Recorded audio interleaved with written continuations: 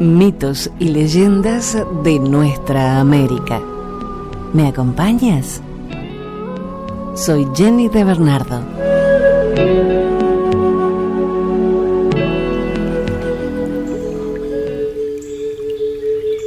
En nuestro encuentro de hoy vamos a recorrer mitos y leyendas de México. Comenzamos con los lacandones. Son un grupo indígena del tronco maya que habita en la selva lacandona, en la frontera entre México y Guatemala, específicamente en el estado de Chiapas, en México. Los lacandones se llaman a sí mismos Achwinic, que significa verdaderos hombres. Se piensa que originalmente el vocablo lacandón se refería a un grupo hablante de chortí, el cual en tiempos de la conquista habitaba en una pequeña isla en el río Lacantún, en el extremo sur de la selva, y que se autodenominaban los de Lacantún, que significa en chortí gran peñón o piedra erecta, y al ser españolizado se convirtió en lacandón o lacandones. Los Achwinic son hablantes de un idioma estrechamente relacionado al maya yucateco. Su sistema religioso se basa en los ciclos de la naturaleza. Los lacandones consideran que en los templos míticos los dioses supremos habitaron la tierra y que sus moradas eran los grandes centros arqueológicos asentados en la región, como son Palenque, Yaxchilán y probablemente Piedras Negras.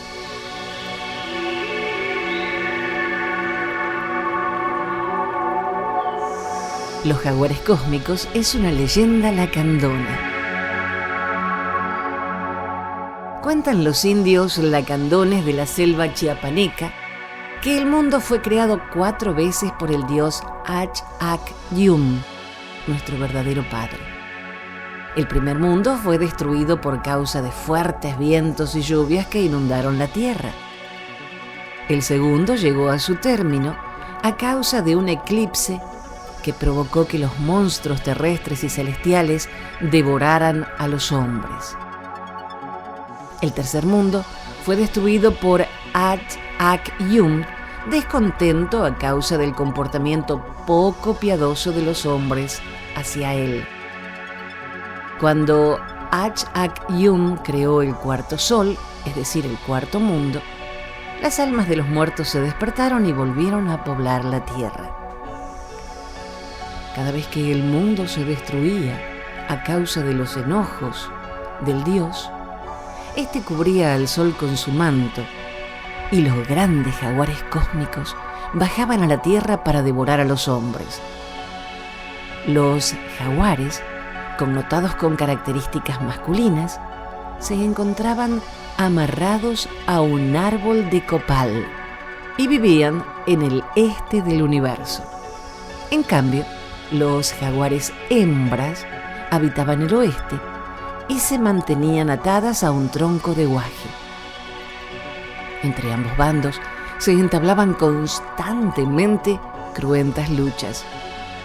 Siempre triunfaban los jaguares masculinos, pues de otra manera el mundo hubiera terminado irremediablemente, pues nunca la luna hembra puede derrotar al sol macho y sumir al mundo en las tinieblas a causa de su triunfo. Ya que Achak-Yum calmaba su ira, encerraba a los jaguares debajo de la tierra, en el inframundo, donde reinaba el terrible dios Mensabak, el hacedor de humo, quien cuidaba las almas de los muertos, producía las negras nubes que traen consigo las lluvias y colocaba un nuevo sol. Es decir, se iniciaba una nueva etapa en la historia de la vida de los hombres. Un día, tal vez no muy lejano, el dios Sol y los jaguares cósmicos provocarán el último cataclismo y será el fin de la humanidad. Posiblemente las plegarias de la diosa Luna pudieran detener tal catástrofe, pero aún Antes de que acontezca este suceso, los dioses ya se han alejado de la selva, la han abandonado, razón por la cual los hombres viven actualmente sin sus dioses protectores y deben luchar por sobrevivir en el mundo de los blancos. Los dioses se han ido. Los dioses se han muerto.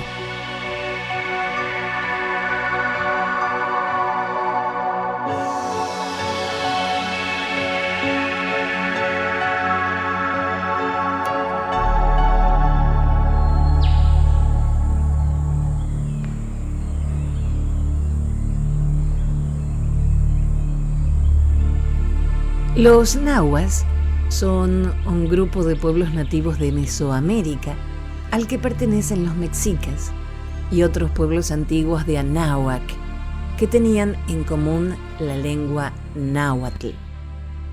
Su nexo principal era su lengua, el náhuatl o mexicano o náhuatl, además de grandes similitudes en su religión y cosmovisión. En la cosmovisión nahua, al centro del universo se encuentra Tlalticpac, que quiere decir en el suelo firme, porción de la tierra extendida horizontal y verticalmente, constituye gran parte del mundo visible material. Este se encuentra rodeado de una inmensidad de agua, Teoatl, agua divina, que se prolonga hasta que se reúne con los cielos. Esta última es el Lihuicatl, agua celeste. El universo se distribuye en 4 cuadrantes o rumbos que parten desde el mismo ombligo de Tlalticpac. Mirando hacia el poniente por donde el sol se pone, es la casa de oeste y lo simboliza el color blanco. Hacia la izquierda está el sur, que se simboliza con el azul. Al frente de la Casa del Sol, rumbo este, se simboliza por el color rojo que representa la luz, la fertilidad y la vida. A la derecha del camino del Sol está el cuadrante negro del universo, el rumbo de la región de los muertos. Los cielos eran capas esféricas, superpuestas, separadas por travesaños, a entender de los propios nahuas. Sobre los primeros se movían los distintos astros celestes y arriba de estos estaban las capas donde habitaban los dioses. Existen variantes en la denominación de los distintos cielos. Según la descripción pictórica del Códice Vaticano A, tenemos que el primer cielo es por donde se mueve la luna y las nubes, Lihuicatl Metztli. El segundo cielo es el lugar de las estrellas, Citlalco, que se dividía en 2 grandes grupos: las 400 estrellas del norte, Centzón Mimixcoa, y las 400 estrellas del sur, Centzón Huitznaua. El tercer cielo, Lihuicatl Tonatiuh, era el cielo por donde el sol se movía diariamente desde el rumbo de la luz a su casa. El cuarto cielo, Lihuicatl Huitzlán, era el cielo de Venus, que era el planeta mejor estudiado por los nahuas y asociado a Quetzalcóatl.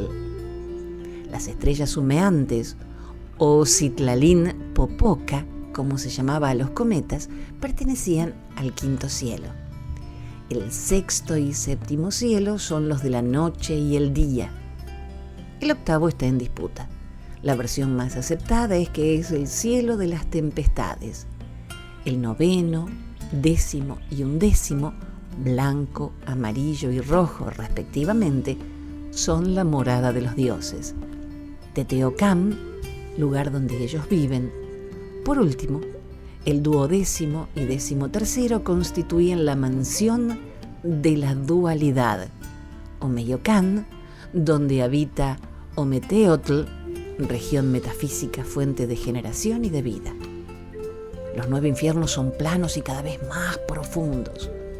Por ellos deben pasar los descarnados, los muertos, afrontando durante 4 años pruebas para poder descansar al fin.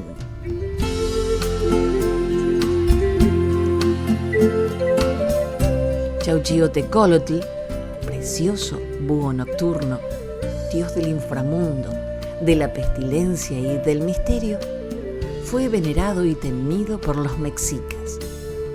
El tecolote, pico encorvado, símbolo de la muerte y la noche, era el 10º de los 13 glifos del Tonal Powatli, libro de la adivinación.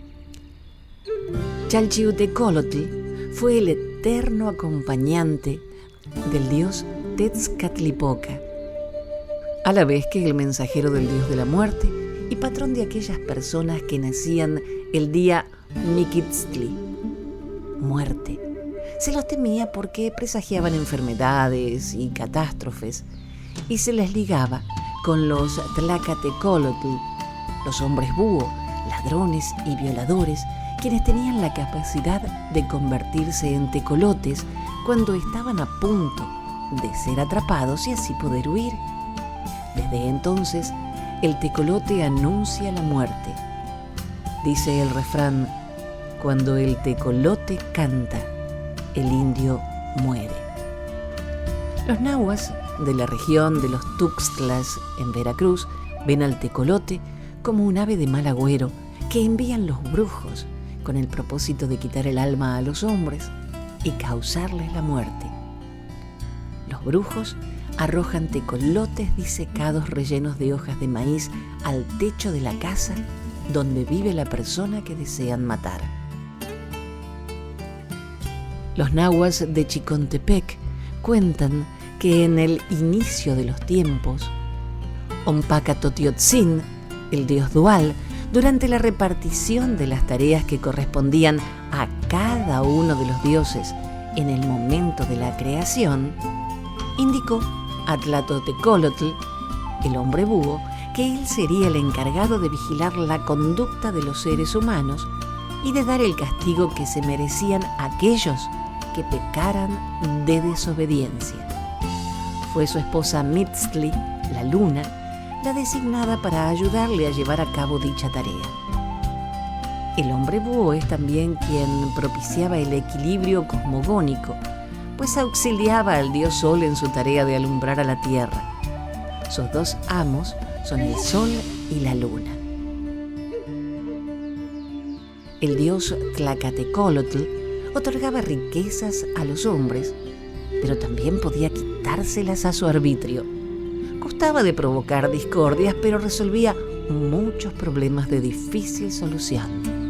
Curaba las enfermedades, pero también era capaz de provocar la muerte. Era el actante mediador entre el bien y el mal. Debido a estas cualidades contradictorias y al poder que tenía para ejercerlas, fue un dios muy respetado y muy temido. Tlacatecolotl tenía un espejo luminoso y mágico en un cerro llamado Xicoatepec. Gustaba de usar indumentaria de color café y de llevar un sahumerio con copal en las manos, del cual nunca se desprendía.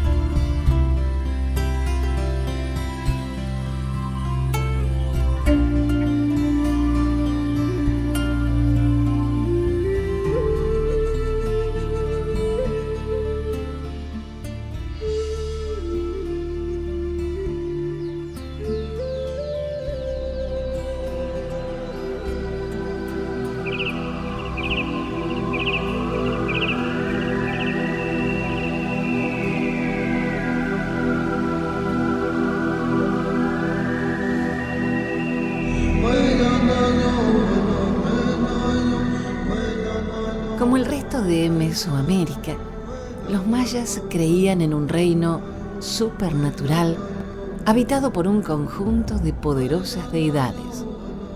Estas deidades tenían que ser aplacadas con ofrendas ceremoniales y prácticas rituales. En el centro de la práctica religiosa maya se encontraba el culto a los antepasados difuntos, que actuarían como intermediarios para sus descendientes vivos en el trato con los habitantes del reino sobrenatural.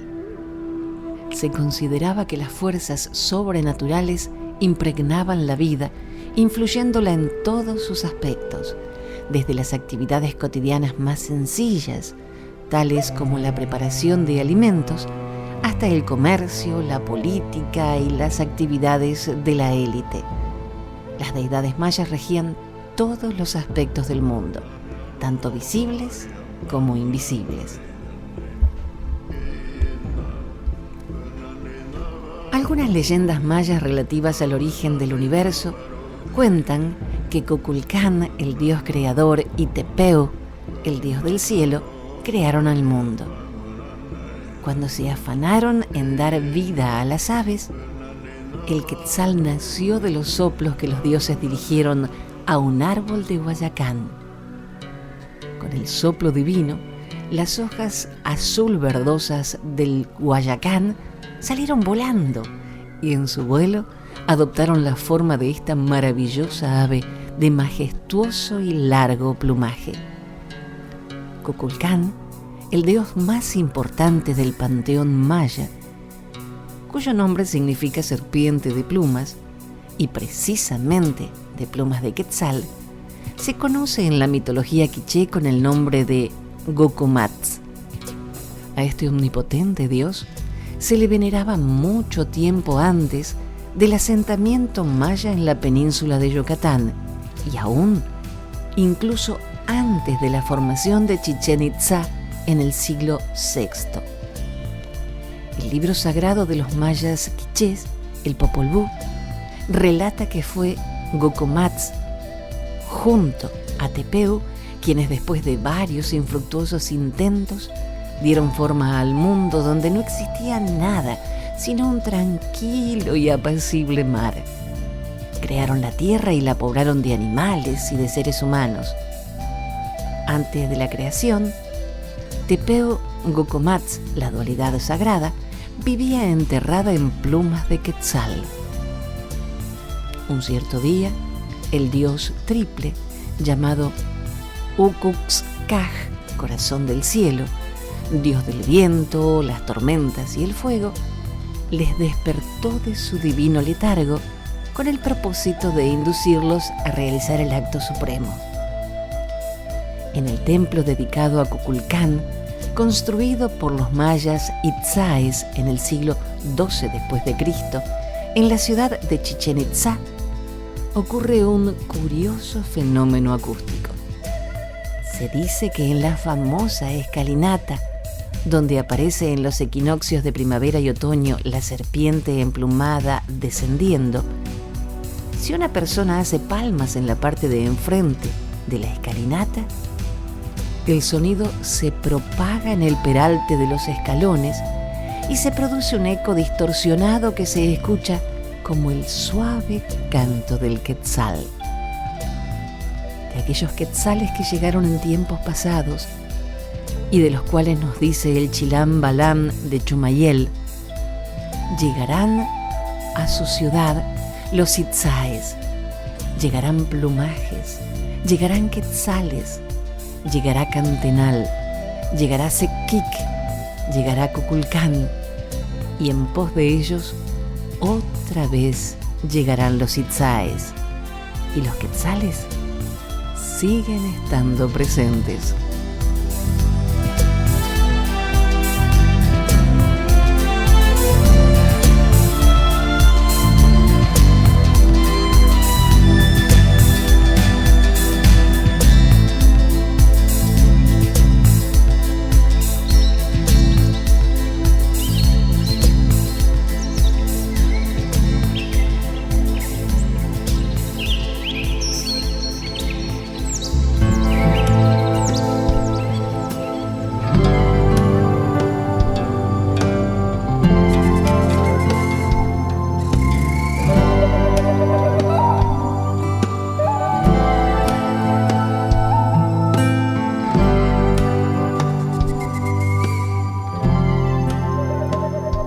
Los wixárikas, conocidos en español como huicholes, son un grupo étnico mayoritario del estado de Nayarit, México.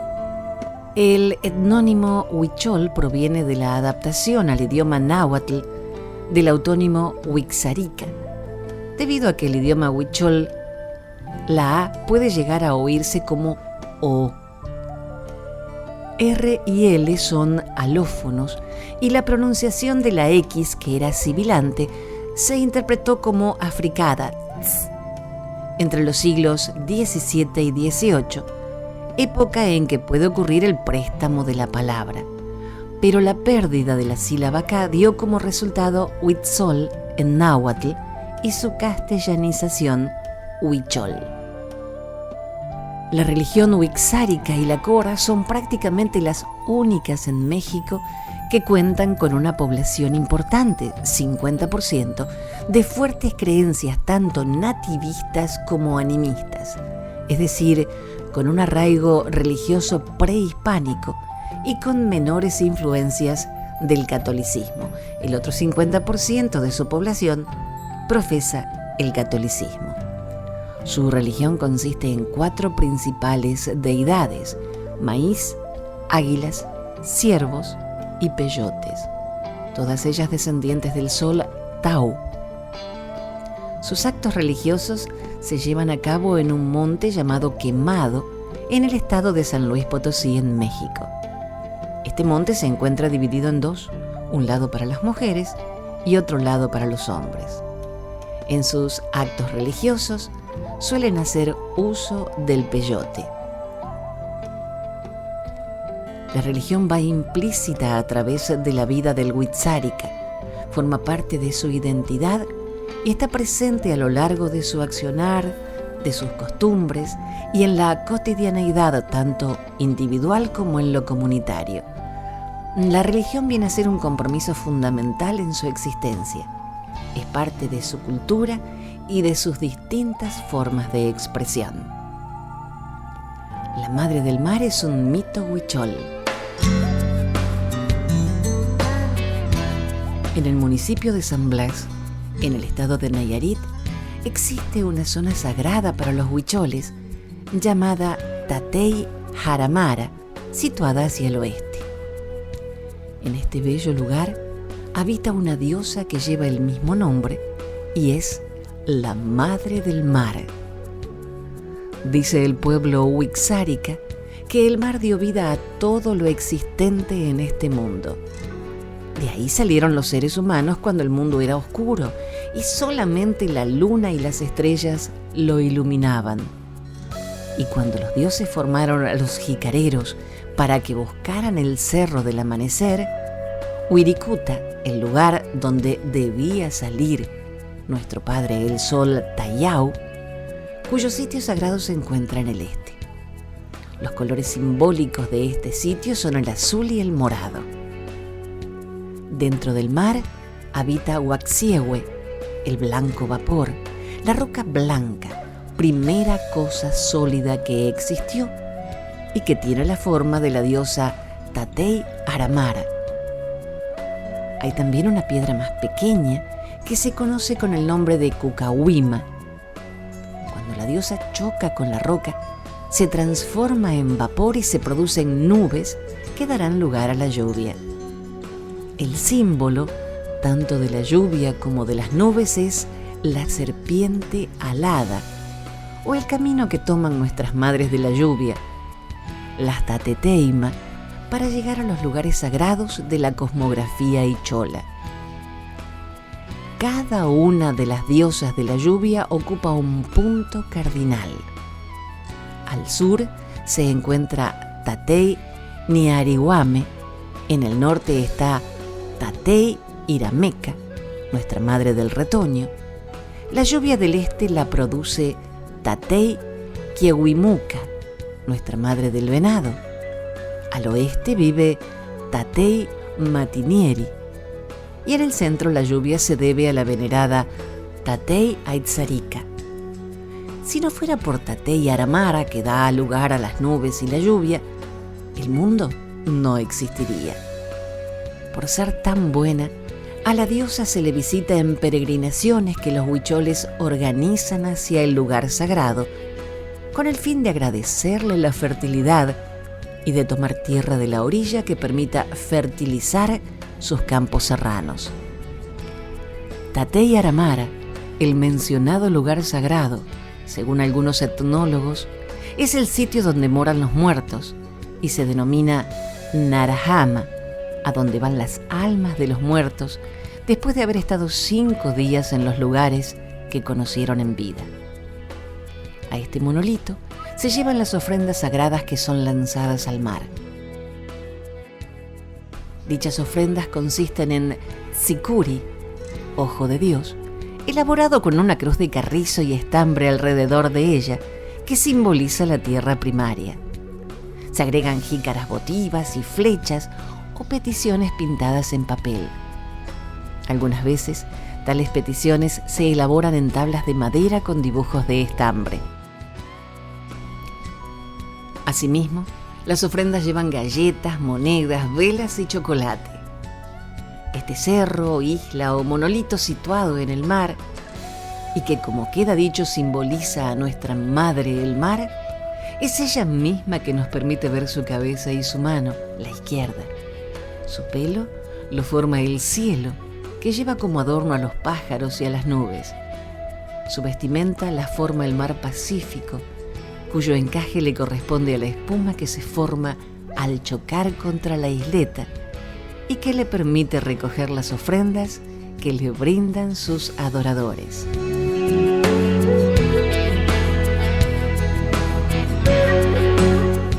Todas estas historias de hoy fueron extraídas de mitosmexicanos.com.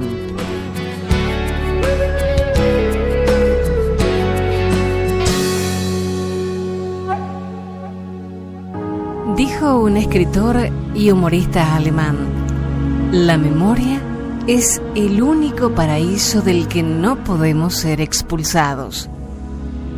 Recordemos entonces estas tradiciones de nuestra tierra para no olvidar nuestras raíces y seguir construyendo nuestros castillos. Gracias por la compañía. Soy Jenny de Bernardo.